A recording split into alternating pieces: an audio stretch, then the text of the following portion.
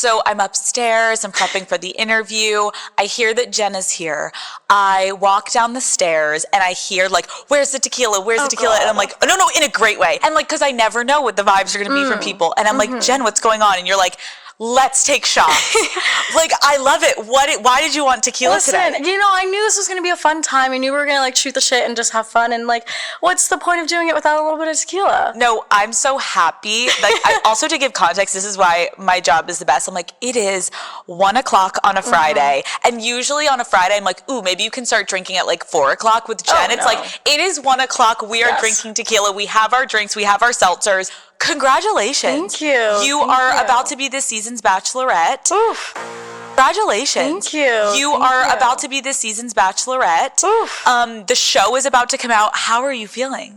I'm honestly really excited for everyone to just see it. Like, I feel like this whole chapter in my life, like, happened, and I haven't seen anything about it yet, so it's like, did it really happen or not? But, like, obviously it did, so I'm really excited for everyone to see it, and I think, you know, there's a lot of opinions on the season, so I know how amazing it's gonna be, and I know, like, what a journey it was for me, and I'm so excited. Well, speaking of opinions, what are you talking about? Like, from your perspective, what are you talking about? Like, there's a lot of opinions on the season.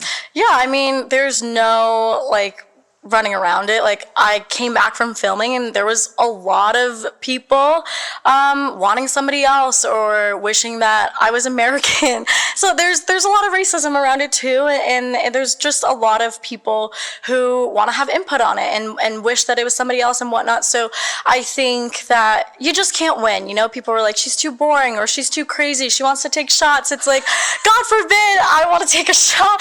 I didn't know that once you get engaged, you can't take a shot, or once you find love, you can't take a shot. So, I mean, it's crazy how many people have an opinion about it. Okay, can we talk about that for a minute? Because I agree. I feel like people have always, like, there's no secret that, like, if you look up the lineup of The Bachelor and The Bachelorette, like, it is a lot of white people that have, like, historically been, like, the leads. And I'm so fucking happy. Or African Americans. Yes, we're African Americans. And I think that you being the first Asian American is so fucking incredible. But also, it's like, why is that the focus of people's negativity? Like, how did you feel when you're seeing those comments and shit? In a weird way, it makes me feel validated that there needs to be change, right? Because I lived my whole life having, you know, some people telling me racism doesn't exist. Like, Asians don't have to deal with it. Like, you're the better minority. Nobody cares.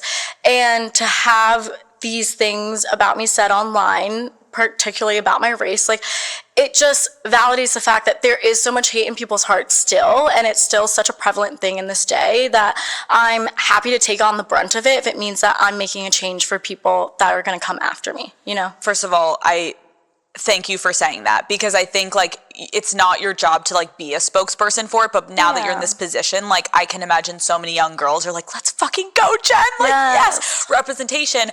I also feel like I said to you before we started, I'm like, you came in here and your energy and your vibe is like, I feel like we could be friends. And you smell amazing. I just have to say that. I'm sorry. This whole studio, everyone is nodding their head. This whole studio smells amazing. You smell so good. I'm going to need to get your perfume. It's Caroline Herrera.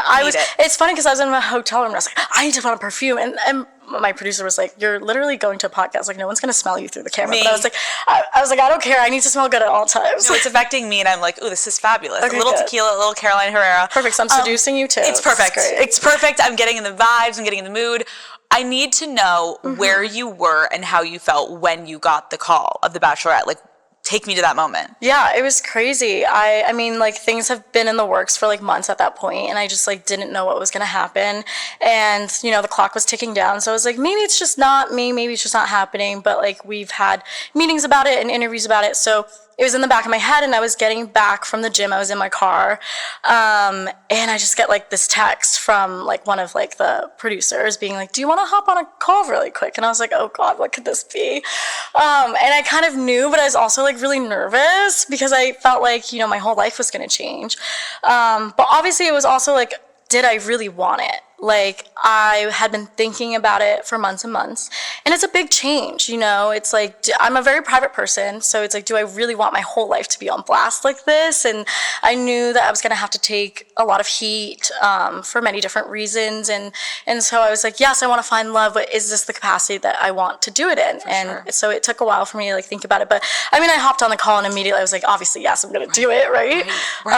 It's just so crazy because you're right, and I think that's what people forget is like, we've now watched The Bachelor for so many seasons. We love the Bachelor franchise, but like this does completely change your life. And like before all of this, you're a physician's assistant. I'm watching your TikToks. You're like going into surgery, like getting them prepped. And I'm like, this is a big shift from you being in like scrubs and like doing your thing during the day to then like now the whole world is about to watch you hopefully fall in love. Yes. I had Maria on and she was really open about like they had offered me the role. It wasn't right for me. Like, can you tell me from your experience, like seeing all of the conversation around like Maria or Daisy, like how did you like feel about everything? Yeah, so obviously I didn't have my phone at the time all of this was like going down because we had went right into filming after it was all announced, and coming back to all of that, yeah, obviously I was really disappointed to see all of that because, I mean, the truth of the matter is, like, there's a lot of narratives out there, and they're not necessarily the truth. The show has been going on for years and years, 21 years of this show specifically, and every season there are multiple people in contention for the role. Multiple people are being interviewed or doing meetings about it all, doing fittings or filming intro packages, and it's never really you until it's you. Interesting. So that's why I was a little disappointed, is because, the narratives out there aren't exactly the truth. And I think that when you look at it all, like the show has been going on for so long, and look, based on the history of it all, like there's always multiple people. So it's not you until it's you. Oh my God. Okay, wait. I didn't even think about that. You, before all of these things were happening, you were in the middle of filming. Yeah. Wait, so like when that Call Her Daddy episode came out, you didn't even know that Maria came on the show? No, I hadn't seen it until I had gotten back. Yeah. Oh my God. Yeah. Okay, so it wasn't like a last minute thing people are asking you. No. We had meetings about it. We talked about it for months, and then they asked me, and I had the choice, and I chose to do it. I said yes. And the thing with like the narrative that's out right now is like, it was disappointing to come back from this incredible journey for myself.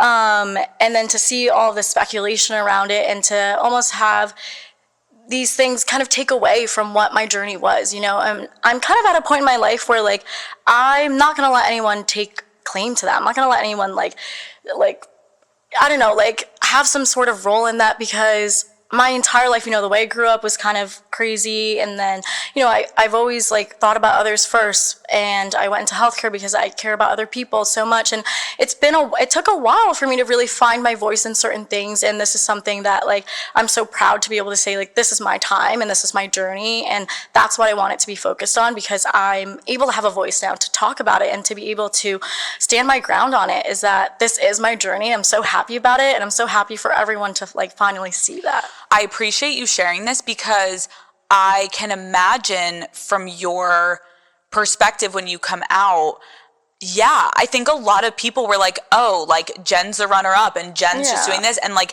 now hearing from you, you're like, we know like all of us were in talks and all of us were making these decisions and everyone was kind of up for it. I'm sure there was like 3 to 4 people that were in conversation. Have you talked to the other women? Like, I mean, everything's good.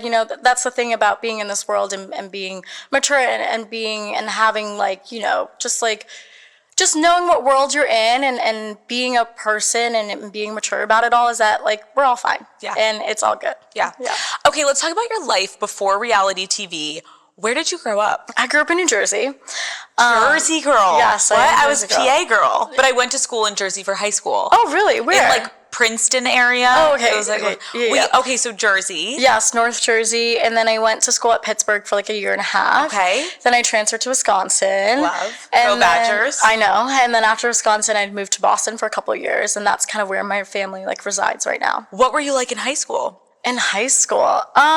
Honestly, I was really shy. Okay. I was really still kind of like coming into my own, and like I played sports, I played basketball, I played lacrosse, so like that's kind of where I was like more outgoing, or like more like found myself like having like a group of friends kind of thing, but still like I was really, really shy, and I don't really think I fully understood like who I was yet. And I mean, even like in middle school, like I was like the most awkward kid ever. I had such an awkward face. I was like the chubbiest kid ever, and like I remember I had a crush on this guy, and I remember I was like stalking him. And it was like after school, and I was waiting for him to like come down the stairs or whatever, because I knew what class he had, because I was crazy or whatever. And I saw him coming down, and his friends were making fun of me for liking him. They were like, "Oh my gosh, like Jenn Tran has a crush on you, like how funny, like that's crazy." And like that was my middle school life, essentially. No, I relate to that, and every time I meet people that are like, "No, like high school was a breeze," or like middle school was a breeze, I'm like, "Oh well, fuck you." Yeah, like, what do you mean? What the hell by that? Well, yeah, like now I'm like so grateful for like not feeling that way. But back in the day, it's like when you struggle with that, it's like it can like affect you obviously socially. But the thing is, it builds character. Like I'm so happy that I had an awkward phase, that I was like a little weird or like whatever it was, because I think it makes you more grateful for like who you are now, and I'm grateful for like figuring myself out so much more now. I agree. Did making friends come easy to you in high school? Yes and no. Like because I played club sports, like it was easy to like be friends with them and kind of stuff. But I think like internally, like I was having such a like, who am I? Like, how do I be cool? Like, how do I just like have everyone love me kind of thing? And I wasn't really falling into like who I am. And at the time, like I was really still struggling with like figuring out my identity in terms of like my Vietnamese culture and like the American culture, because both my parents are immigrants, and they're both like very, very Vietnamese to the core. So I grew up with a lot of those values, and there weren't a lot of people like me in my town. So I think it was a bit harder for me to like relate to people, because I was going through so much at such a young age. So it was a lot of that. I'm curious, like did ever having, like you're saying, like you kind of had this like push and pull of like, oh my gosh, like I want to lean into my culture, but then also the kids around you are not like that. Like did it ever make you pull away more from your family, or lean more into your family? I definitely pulled away a lot when I was growing up, because it was just, I wanted to be like everybody else, right? Like when you're at that age and you're growing up and you just want to fit in, you want to be like everybody else. But it wasn't really until college where I got really exposed to a lot more diversity.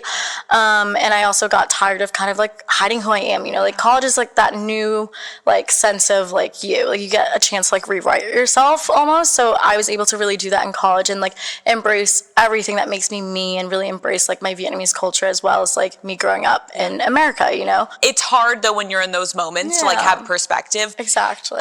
How are you with boys? Like high school, college, like what was the vibe, Jenn? You know, I had a lot of issues.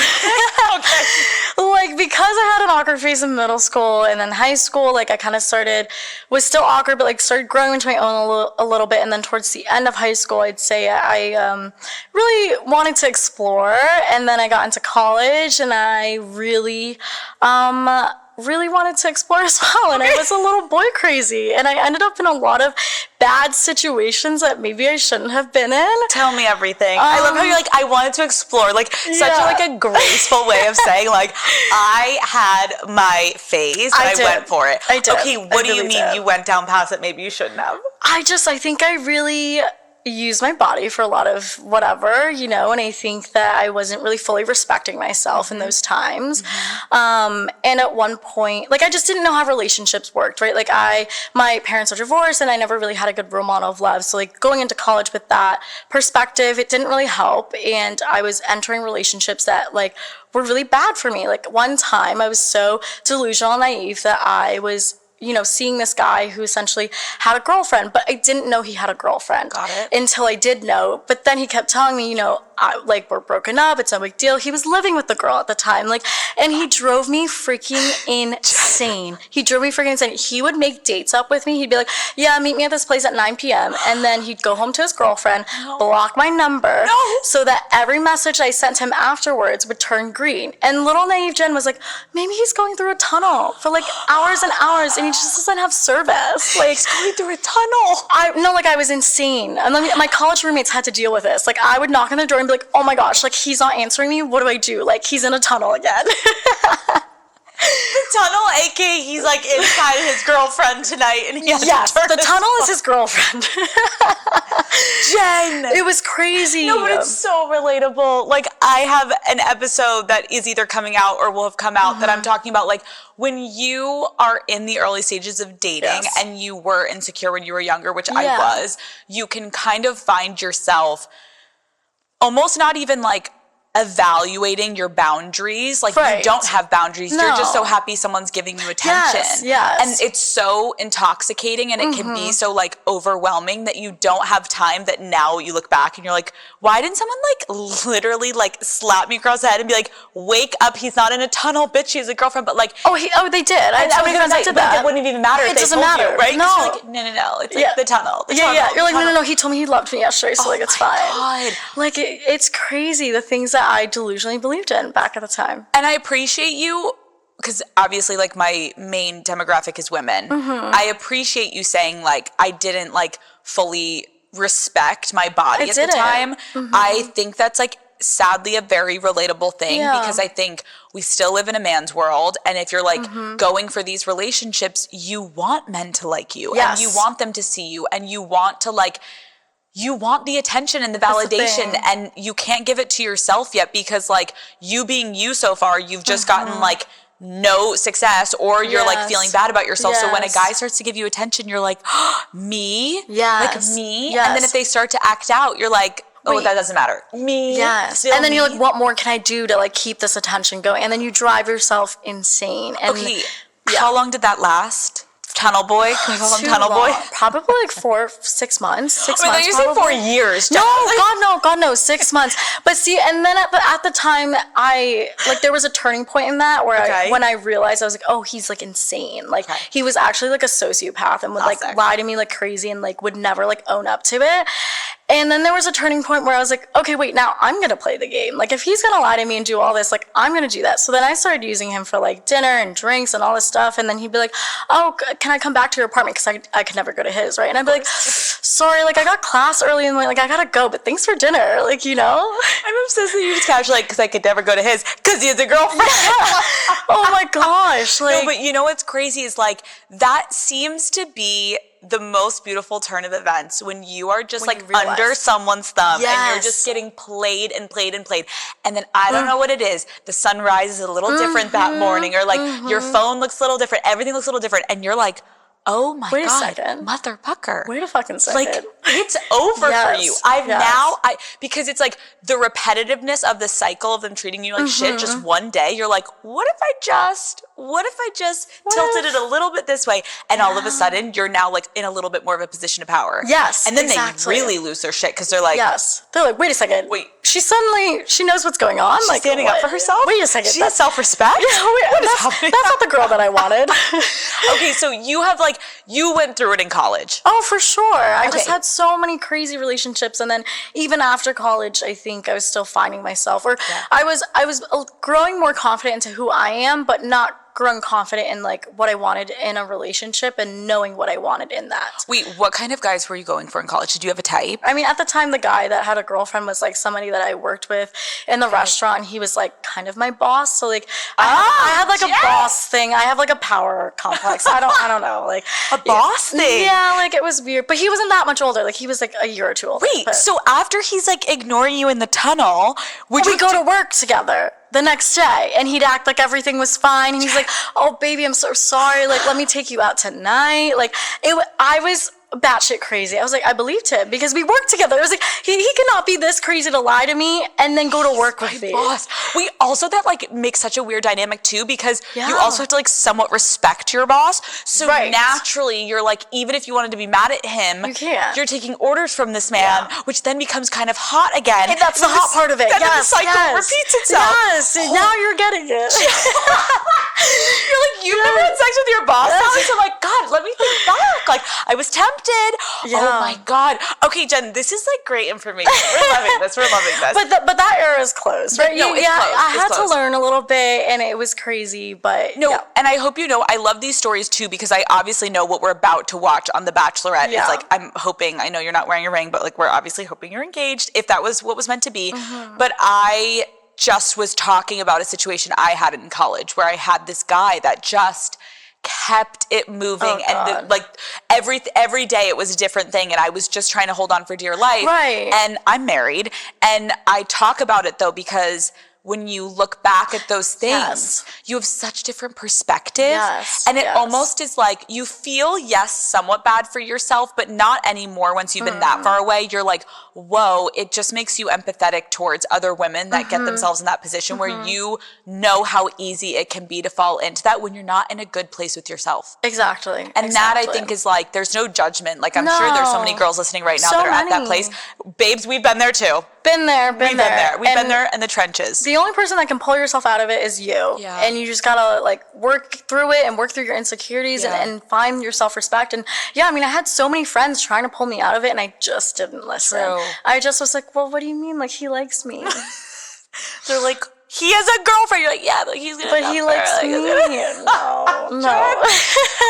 Okay, I know you mentioned on your season of The Bachelor, and you've mentioned today, and I'm not ignoring you. I wanted to get to that place of like lightly talk about dating, but like your parents' dynamic. Yeah. Obviously, like we all are the way that we are because of like whatever happened in our home when we were younger. Right. If you had to describe like your view of like love and marriage from your upbringing, like how would you describe it? I would say like what I saw between my parents like wasn't a true partnership. So what I kind of learned from that over the years is that marriage is a partnership, and it's not one person doing everything. It's not one person calling the shots. It's not one person like succumbing to the other's power. It's really like a true partnership. And, that's really what I want, is to have a partner in it all and to have somebody really be on the same page as me and want the same things as me. And that's the only way like something's really going to work, right? Like love is in it, yes, but the partnership part of that has to be there too. Do you mind giving a little context of like what happened when you were younger with your parents' dynamic? Yeah. So I think, my parents just started fighting at a really young age. And my mom was the type, like, I think she grew up in kind of like a different culture in Vietnam where like the women, like they cook, they clean, they do everything, for their husbands. And I saw a lot of that growing up. And so it wasn't healthy for them. And then they started fighting, but my mom would still do everything for my dad. And then, my dad wasn't really a part of my life all that much when I was growing up, at least. I have a brother who's 9 years older. So he kind of has a different perspective on the whole thing because he's older than I am and he spent more years with my dad. But when I came into the picture, my dad was really like living in the basement for most of my life and not really involved in like my school sports or like my schooling or like just like my everyday activities or anything. So I didn't have a relationship with him really. And then at one point in college, our relationship was like cut off for good. We just kind of got into like a little tiff, and it was just, he decided he didn't want to be a part of my life anymore. And, it's sad, like to like think about it, but I also think that everything happens for a reason, and I'm so much better for it, and I've grown so much more. If somebody doesn't want to be a part of your life, like, why are you going to force them to? Yeah. And so, growing up, like, it was very tumultuous. Like, it was very much, like, I almost want to say, like, it was like a survive or not kind of environment. Like there was just so much fighting, so much aggression, so much just, I felt like I was in the background a lot of the times. And that's not to the fault of anybody. Like my mom did the best that she could. She worked and she was a full-time parent, and like she just like did so much for the family too. So I would never want to discredit her, but I think there was a lot that I had to work through internally and by myself because I felt like I was almost forced to be independent at a young age.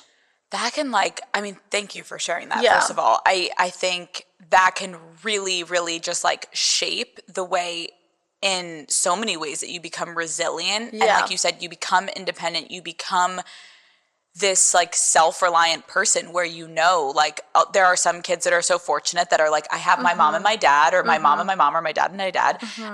And then when you don't have that, you just learn that that's the norm. And that's like, and I think that's so beautiful that you're saying that. On the other hand, like, that's like really hard for a young kid to like, mentioning like there was aggression, there was this, like that can make you kind of either turn inward or like act out. Like, I feel like there's always, like, you can either go one way or another. And then to have that comment about, like, college, like, that's so sad, obviously. And I totally understand what you're saying. There's, like, a positive to it. But then that is, like, sad because it is a form of rejection. Yeah. And that's tough. Yeah, and I think that's why, like, for the longest time, I pushed off, like, my past growing up and my past with my dad, because I was like, it doesn't affect me in my everyday life because I've forgotten about it, but it does play a role in my relationships and who I am, right? Like, it takes me a lot to have to ask somebody for help because I've grown up so independently. Like, I can put together furniture, I can do whatever. Like, I'm very independent at, like, regulating my own emotions and all this stuff, and I don't have to ask anybody for it. But that can affect my relationships in a lot of ways because then you're not really letting anybody in on, like, who you are and what you're going through, right? It affects, like, relationships, whether it's, like, friendships or, like, with boyfriends and whatnot too. Right. That's so interesting. I love talking about that on my show. Like, the effects of, like, whatever happened to all of us in our childhoods, like, how do we start to lightly see that play out? Right. How do you think your relationship with your dad impacted the type of relationships you pursued? So much. I mean, I went through so many bad relationships and picked so many bad guys because what I think is I've gone through a lot of therapy, but, like, obviously, like, I still think, like, it's good to go through therapy and to talk about these things, and I'm learning so much more every day about, like, what my past means to me now.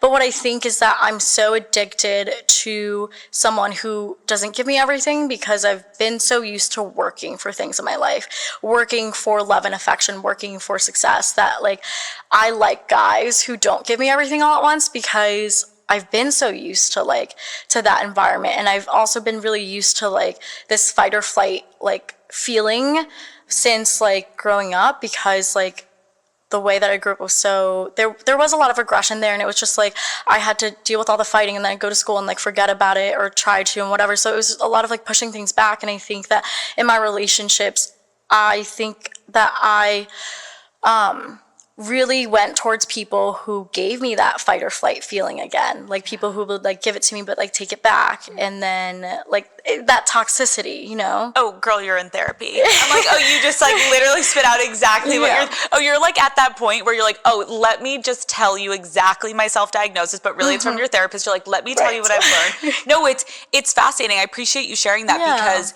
I think prior to, like, I don't know, the past few years, like, it would have been, like, taboo to even, like, acknowledge like how our parents fucked us up. And even when people have perfect parents, kids are still fucked up somehow from whatever. Exactly. And, like, so I think that is really, like, you're very self-aware in those patterns. Yeah. What led you to The Bachelor? Like, how are we signing up? How did we get there? Yeah. And, like, did you have any, like, social media presence prior to that? Yeah, so I did. So funny enough, like, I don't want to give credit to my ex, the toxic ex, but like, we were in that toxic relationship, and then I got out of it, and I was at a place in my life where I was in PA school, and I just needed an outlet.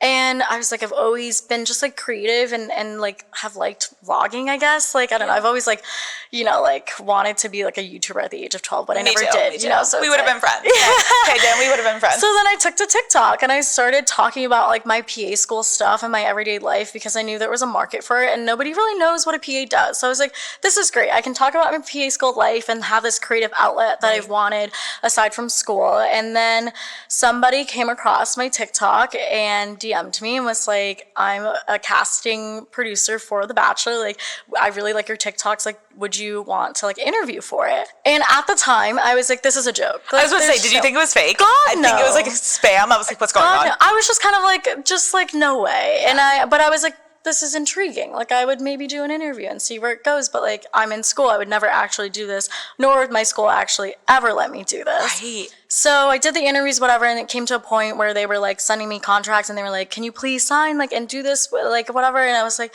oh, I just don't know. And I don't know, I got into, like, a kind of a bad boating accident with my friends, and it sounds dramatic because I almost did die, but, like, I hate talking about it because I'm like, everybody was fine, but there was a boat that basically rammed into us, and this was, like, a week before I was supposed to go on the show, and I was like, well, I almost died, so I'm gonna do it. So I called my school, and I was like, hey, I have this opportunity. Hold on. That's really the headline. I know. Jenn almost dies prior to Bachelor. Yes. She made it. We're here. What? Literally was insane. Like, I was on a boat with my friends, and like this boat was coming right at us, didn't see us, and I was sitting in the exact place where the boat would have decapitated me. And thank God I was paying attention, because I jumped to the other side of the boat so quickly, and we got into a crash, like whatever. But like everybody's fine after that, like thank God. But they were going in Miami. So fast. This was in the Keys. Yeah.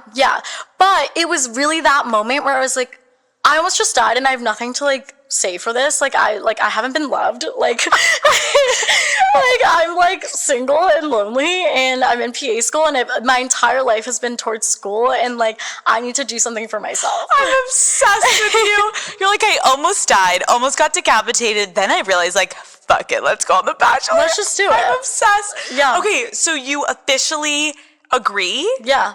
And you get there, and were you like even comprehending what was about to happen in your life? God no. I had no idea, and I don't think I really understood, because I was so like, I'm here for love. Like it really is just like a weird way to find love, but it's what I wanted. So I wasn't comprehending everything that would come after that. I'm gonna play a little game with you. Okay. Because now that you are the Bachelorette, I am so curious, like when we're giving out roses and when we're not giving out roses. Okay, so. First of all, let's take a sip of our drink. We never fucking drank. God, we've just been crazy talking. This looks like water to anyone watching, but I swear there's tequila in this. There's definitely tequila in this. It's just a seltzer. Cheers. Okay. Oh, it's actually not bad. We could have used ice, but my ice machine is broken. That's Cheap fuck over here. Sorry, Jen. Okay. Literally, I go to get you ice, and we're like, oh, we have no ice in my studio. And literally, what is this establishment? Caller Daddy's going downhill. Okay, I'm going to give you a scenario, and you're going to tell me if this person would get a rose from you. Okay. Oh. Are you ready? Okay. Okay. He has a girl best friend. No. That's tough. You see, it depends. How long has he been best friends with her? Is this recent? Is she hot? Has he tried to sleep with her before? That's the thing. Has he tried to sleep with her before? And how do you ask a guy that? I think I would just ask. You would just say I'm what? the kind of person that would just ask. Okay, pretend I'm him. My name is Kyle. Oh, Kyle, have you tried to sleep with her before? You're just being that direct. Or have you fucked her before, actually? Oh, perfect. That's the question. We're just going right in it. Yeah. And if he's like, no, we've just been like friends for a long time. We met through this, and like we're just friends. Okay. Interesting. Okay. I would maybe give you a rose. I think I'd give you a rose for the meantime, but if the story, I would be curious to see if the story continues to check out. I agree. Here's the thing. Is it fucked up to say, like, I would consider myself a pretty confident person, but I obviously get jealous. Right. I agree with you. Like, if my partner had a girl best friend that was, like, clearly his type, I'd be like, or if she's like, is that fucked up to be like, if she's really hot? And you're like, what are you two talking about over dinner every night? Exactly. Right? Well, are you going to dinner just the two of you? Why are you doing that? Well, that's the thing, too. Here's the thing. I'm also, like, pretty, like, secure in myself at this point, too. And I think that it would really depend on, like, if we just start meeting, like if we just met and you have a girl best friend, fine. But like at some point, like I should be your girl best friend. Not to be clingy, but like I should be the priority. I should be the girl best friend. I agree. Yeah. I feel like there's a lot of different like ways you can look at if your boyfriend has a girl best friend or your fiance or your husband. I think there's like a lot of questions you do need to ask because it's like, if it's like, they're friends, but like because it's his best friend's girlfriend. You know what I mean? Like that's fine. Amazing. Yeah. But if this is just like a single hottie just thriving in the corner, and you're just like, why are you guys going to dinner by yourself? Oh, by yourself. Odd. I agree. And it's funny because back in the day, I'd be like, I'm the cool girl. I don't need to ask these questions. But no, you have to ask the questions. Do. And it doesn't make you crazy. It makes you smart. Thank you. Yes. Because like, love all of my men in my life. I've won. I'm my husband. I love men that have been in my life, but like, I'm sorry, but like, I just have a hard time if there's no connection to the friend group, if there's no connection to like childhood, we've known each other because our moms were best friends and we were born in the same whatever. Right. You just met her out and now she's your best friend?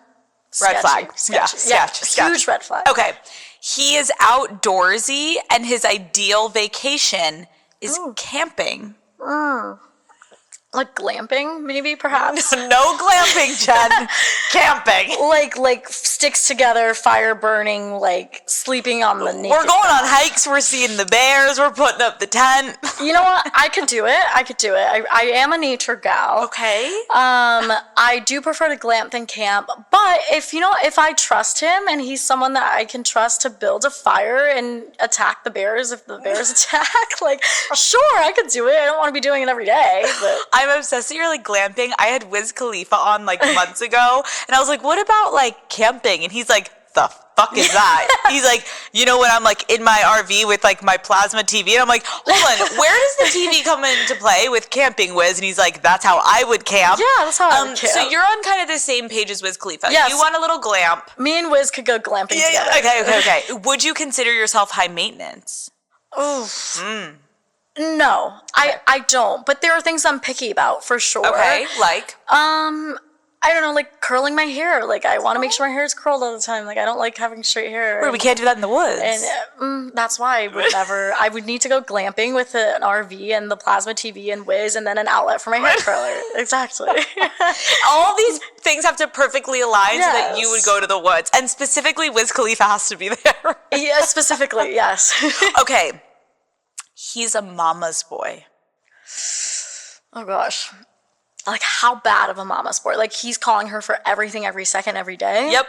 You're not getting a rose from me. I can't do it. I just can't. I love someone who has a good relationship with their mom, but there's gotta be a time where you fly the nest, And at this age, at my old age, if my man is 26, 28, 29, 30, and still calling his mom, he's gotta go.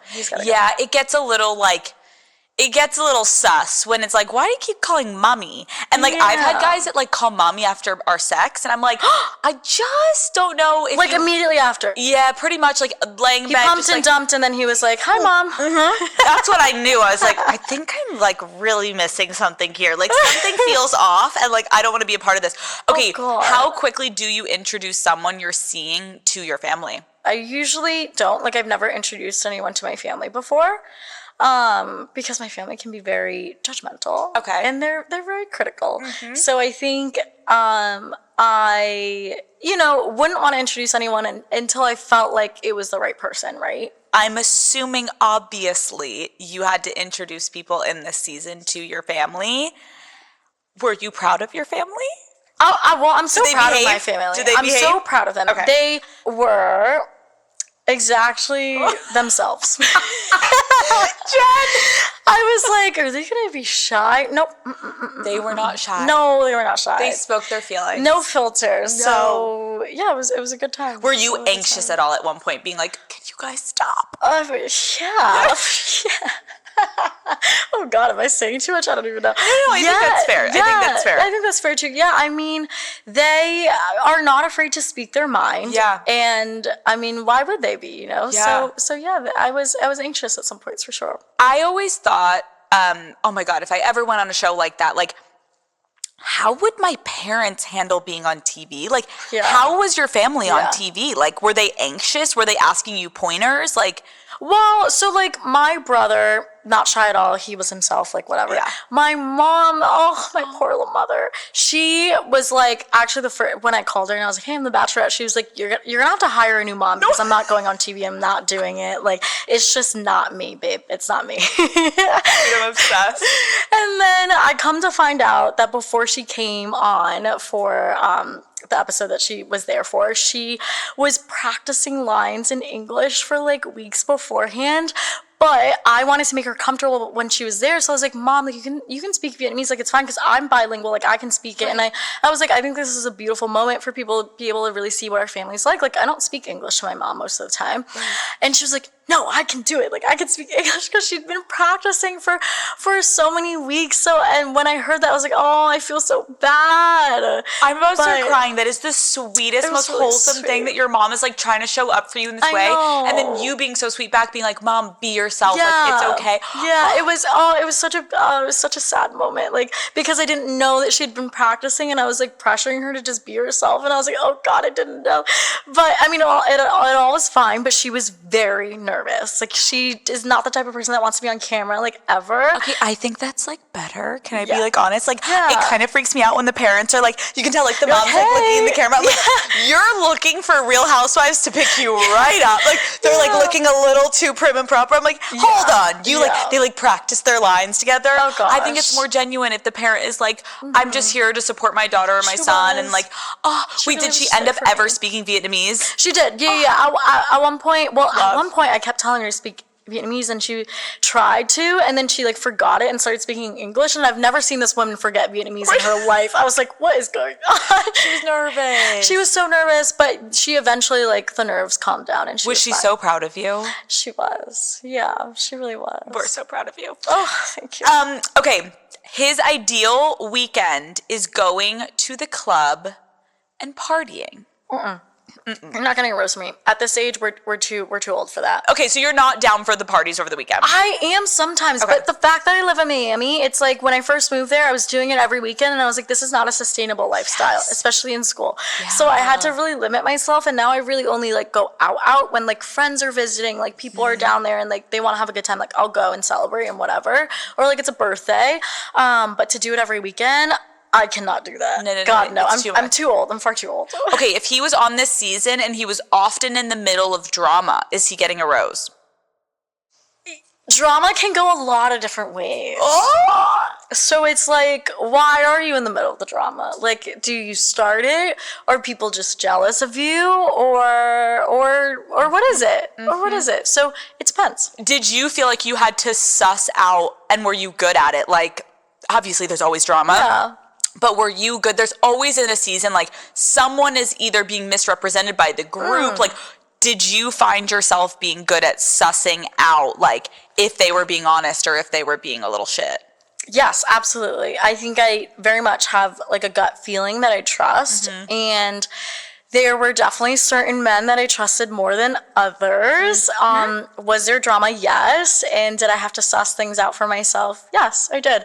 And I'd like to say that my gut was right at the end of the day. Well, now that we know you dealt with Tunnel Boy, like, right, literally, like, you are like, I'm coming in here, like, do not fuck with me. I know a little piece of shit when I see one. Yes. Okay, we're out of the game. Now I'm just going to ask you about Bachelorette. We're moving on. Okay. You have to tell me, as we're kind of talking about this, like, what was it like dating, like, how many men? 20 something? 25. Try to articulate that. I didn't remember all their names on night one. How could you? I'm not gonna lie about that. Like, I really didn't. Right. It was strangely, like, the first night, it was strangely easy for me to, like, flirt because I'm a natural flirt. So I found it easy to kind of get along with everybody. Okay. And then as time went on, like, it was very easy for me to, like, be in the moment with each and every single one of them, which I found surprising because I thought, like, if I was with one, maybe I'd be thinking of the other and vice versa and whatnot. But I very much was in the moment with each and every one of them. That's amazing. So it wasn't too hard, but I also feel like saying that it wasn't hard dating 25 men is like, what the hell? No, actually, what's weird is you said that I actually kind of agree is, like, the hardest part of dating the 25 men is probably remembering all their names. Yeah. And then I think probably when you're down to, like, 7. It definitely got harder 10, as time went on. Right. Like, it was easy to compartmentalize at first because there were so many of them, and, like, in the beginning the feelings weren't as strong, right? Yeah. But towards the end, like, yeah, it was a little bit more difficult when it got down to, like, whatever amount there was because the feelings were so much stronger. Okay. Yeah. You have to tell me, when you're in the first rose ceremony, do you have an earpiece in? Like, no. How do you be like, no. Jimmy R and Jimmy T and Kyle 1 and Kyle, like, how do you know who to call? Do you have to? Okay. I'm going to let you in on this. Okay. So you kind of have to, like, try your best to remember, right? But, like, if you need a little help, like, you could phone a friend. Okay. Yeah. You can be like, can I have a minute? Yes. And then absolutely. you can go back to the room and they're like, this is Jimmy R and this is Jimmy T and Jimmy T has the blonde hair, Jen, and you're like, got it. And then you're like, Jimmy T, here's the rose. And he thinks you're thinking so hard about him. Meanwhile, you're like, what the fuck is this guy's name? Well, it's more like, I know I'm giving this one a rose, just, like, give me, like, the first letter and, like, okay, they maybe be like, beep, beep, beep. No earpiece though. No earpiece? No earpiece. It's more of like hey, hi. Are they, wait, hold on. Hold on. Oh God. Oh God. There's all these.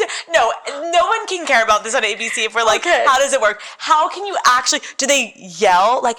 No, I kind of leave the stand for a second. Okay, this makes me feel better. And I go, please tell me which one this is because I forget. Can I say thank you? Because every time I watch, I'm literally sweating. Not of who you're gonna pick. I'm sweating because I'm like, how are they gonna remember? Like, who is that guy in the corner? I don't even know his face. Okay, so they're helpful. Otherwise, I was gonna be like, guy 1, vibe 2, like mustache guy, like hot one, kind of hot one, like Jesus looking. Otherwise, it was gonna be like that. So, okay, have any of your exes reached out to you since The Bachelor or this season of The Bachelorette?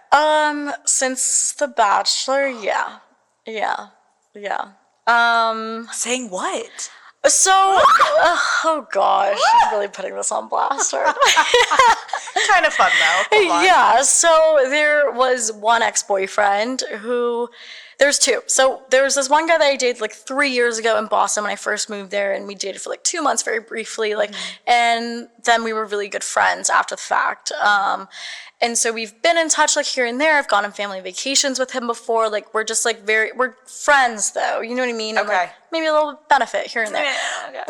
But I would never date him again just because we're just such different people and we know that certain things don't work for us. So we're good friends and that's where it's at. But yeah, I mean, after The Bachelor, I think he reached out in a more maybe like serious manner and I was like entertaining it as like a friend because hey, I like attention, whatever. But I knew that I was never actually gonna be with him because I was like, I've been there before, I don't want to do it again, but I care about him as a friend very deeply. So there was that, and we were supposed to go to a wedding together in Colombia, like before The Bachelorette whole thing happened.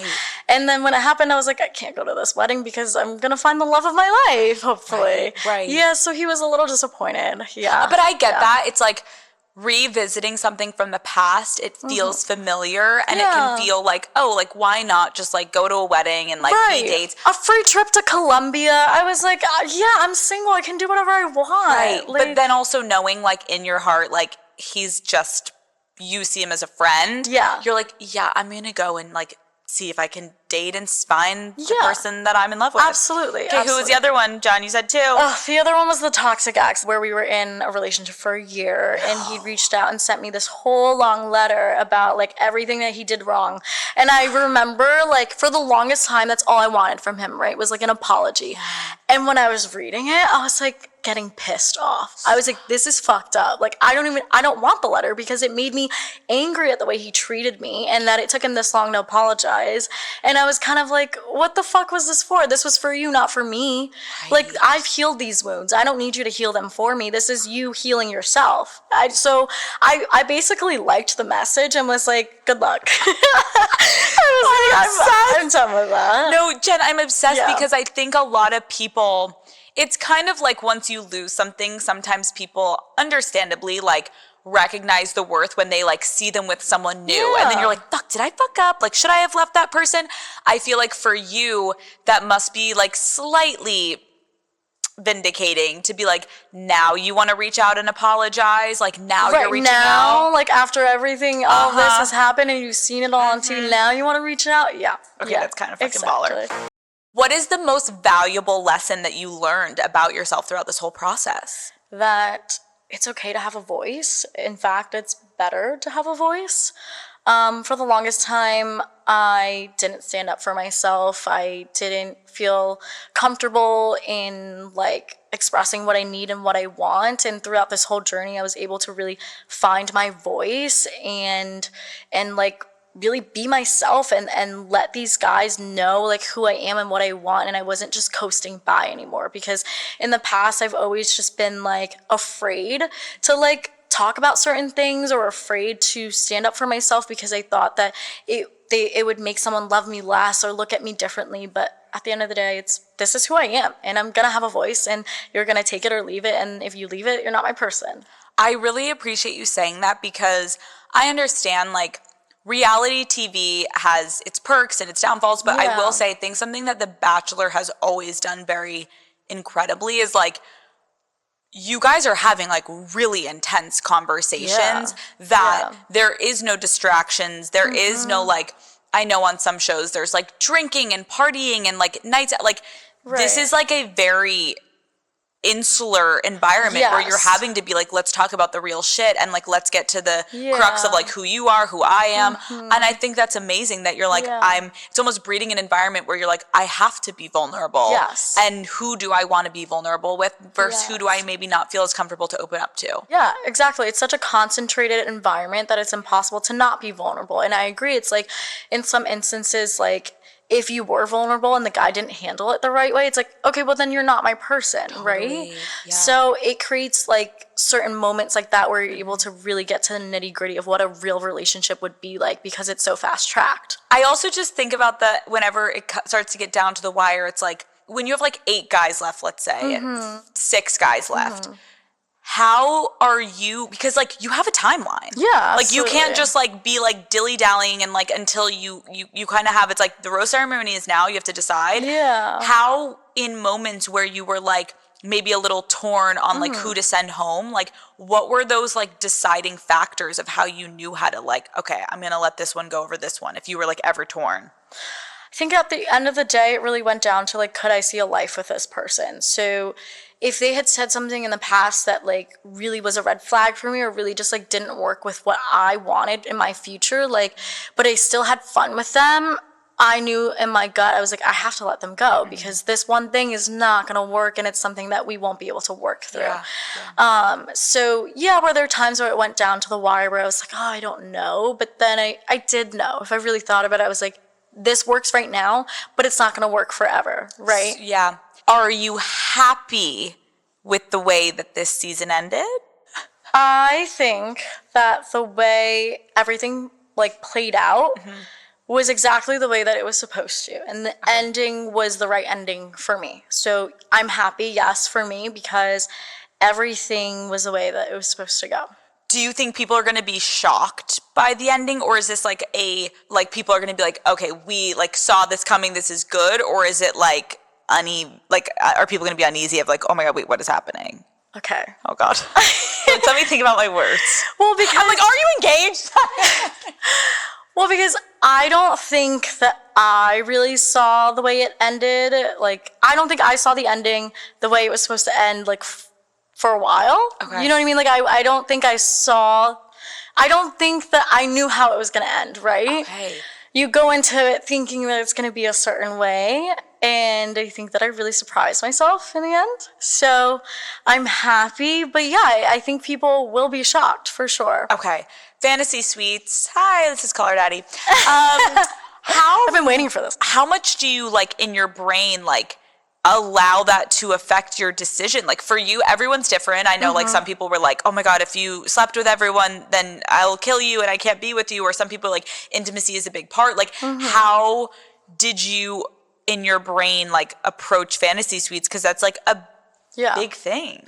I would be lying if I didn't say it was a concern. Like, obviously, I'm thinking in the back of my head, like, how is this going to affect each individual relationship, right? But at the end of the day, I needed to do what was right for the individual relationship. Like, I couldn't think about the other guys that were there because that would be doing a disservice to myself. And at the end of the day, I thought to myself, like, anyone who didn't understand the position that I was in and had a problem with that, that's on them. And then they weren't my person at the end of it all. But what I really approached the Fantasy Suites with is like, that was kind of the time to really talk about like finances, like religion, I don't know, who did you vote for? Like all that kind of stuff that like you can't really talk about like on camera because they don't care about that kind of stuff. I'm obsessed with you. You're like, before you take your shirt off, you just let me know who you voted for in the last election, just really quickly. I'm obsessed because these are the things you need to know before you like potentially commit the rest of your life with somebody. No, it's a great point. It's like you guys are having all of like the emotional and like romantic conversations, but now let's get down to like, if we leave here, how's this gonna go? Are you gonna move to where I move? Are you open to practicing the religion that I want to practice? Like all these little things that like that matter hugely. Yeah. Do you have like in your head like who's gonna be that villain that was just a little piece of shit? Oh, yeah, please. I called it out from day one. Do you think you know who could, like, potentially be the next Bachelor? I think I do. Wow. I think I do. I don't know what I'm supposed to say, but I think I do. Yeah. You think you've got it in your I head. think I do. I don't know if I'm right, but of course I think I do. I think, like, there's a lot of great guys on the season, but I do think one stands out in particular that I think could be, could be great for somebody, but not for me. Perfect. Yeah. Okay, last question. What do you want people to know about you before tuning into this season? I think I want people to know that I'm a very dynamic person, and that you can't judge me based off of one line that I say or one scene that you see or one interview that I had, because I have a lot of different layers to me, like any other human being here. And I think oftentimes people are quick to judge on the internet because they see one thing, one snippet, one whatever. And I think that I have a lot of different layers to me. And also for the season, I think that there's a lot of growth there, and so I definitely went on like a little self journey. Yeah. Jenn, I'm so excited for you. I'm so happy I got to sit down with you. You were amazing, obviously, on The Bachelor, but like getting to be with you for an hour plus, like you're a lovely person. So and I'm so happy, no matter what the outcome, I can tell you're happy of whatever we're about to watch on this season. Like, I know I will be tuning in. I'm very excited for you. And like, it just made me even want to watch more now, like getting to know you. And also knowing about your past and all these little shits. It's goodbye. Jenn's about to find her man. Okay. Leave us alone. We're moving on. But or is she going to fall into the same old habits? Jenn! No! Oh my God. Thank you so much for coming on. This was so fun. Thank you so much for having me. Oh my God. I'm going to be screaming at my TV when you're like going on the date with like the douche. I'm like, Jenn! You'll have to text me. I can't wait to hear it all. Thank you. Thank you.